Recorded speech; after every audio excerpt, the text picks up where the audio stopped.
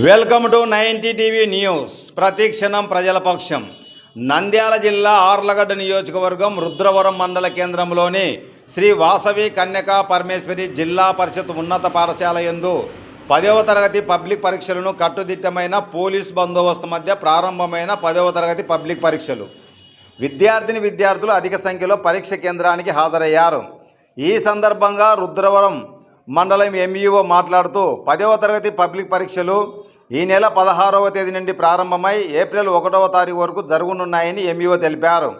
అంతేకాకుండా రాష్ట్ర ప్రభుత్వం 10వ తరగతి విద్యార్థులకు ఆర్టీసీ బస్సులలో ఉచిత ప్రయాణ అవకాశం కల్పించింది.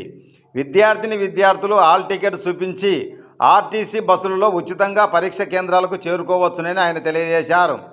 ఇందులో భాగంగా ప్రతిరోజు పరీక్ష కేంద్రానికి విద్యార్థులు 8 గంటల 45 నిమిషాలకు పరీక్ష కేంద్రానికి చేరుకోవాలన్నారు.